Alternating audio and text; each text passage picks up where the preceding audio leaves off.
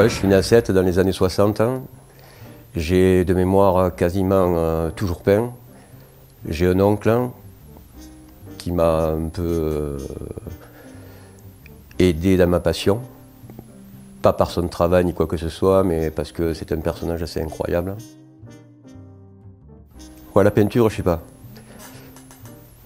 C'est un peu comme Beethoven qui écrivait des symphonies sans l'entendre. Bon, je cherche rien à travers la peinture. Il n'y a pas de technique dans la peinture, je crois. Je crois que la peinture est faite que d'erreurs travaillées, quoi.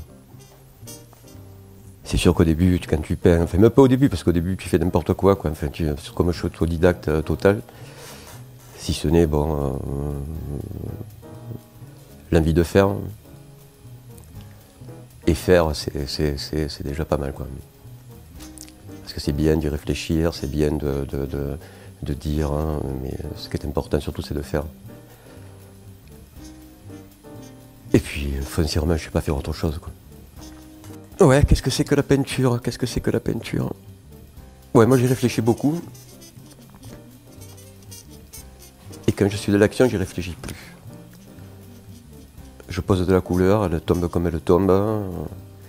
Après je la travaille, je la travaille pas. Et puis après il se déclenche un truc. Et la peinture, je sais pas, ça peut être n'importe quoi. Mais il faut surtout que ce soit une émotion, quoi. Et plus on peint, plus on s'aperçoit que 98% des gens n'ont aucune émotion pour la peinture, n'ont aucune émotion pour l'art. Donc enfin, pour en venir à la peinture pour moi c'est quelque chose de... Je ne peux pas faire autrement. Je ne peux pas faire autrement que de peindre. Donc je peins pour montrer, je peins pour...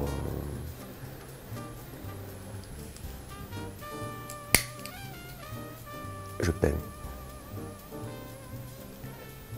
Je pense que bon, la peinture est faite que d'influence, que de moments de doute, que de travail, beaucoup.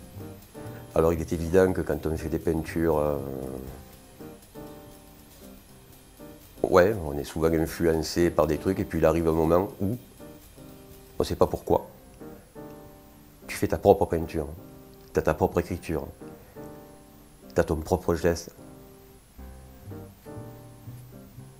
Et ça, tu le sais au bout d'un certain temps, quoi. Pas de suite. Et puis un jour, bon, au contact de... Enfin, j'habitais Paris pendant longtemps, où j'ai arrêté de peindre pendant des années, quoi. Parce que j'avais rien à dire, parce qu'il n'y avait rien à dire, parce que c'était comme ça, quoi. Puis je suis descendu ici, et puis ça m'a rattrapé, et puis j'ai peint.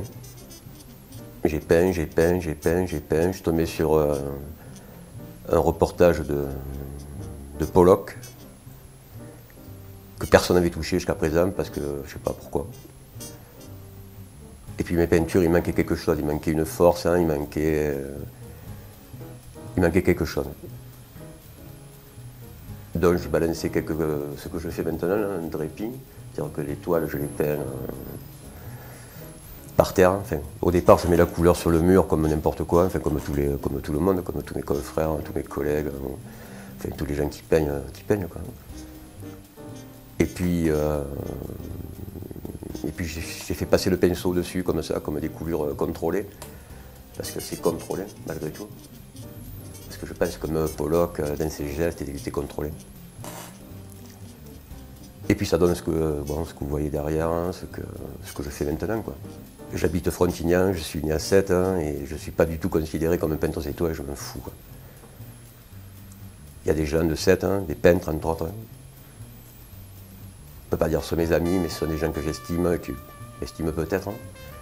Donc je ne citerai pas les noms parce qu'on ne me cite jamais, moi, donc j'ai aucune raison de les citer. Peut-être un, qui s'appelle Marc Durand. Après, bon, que dire?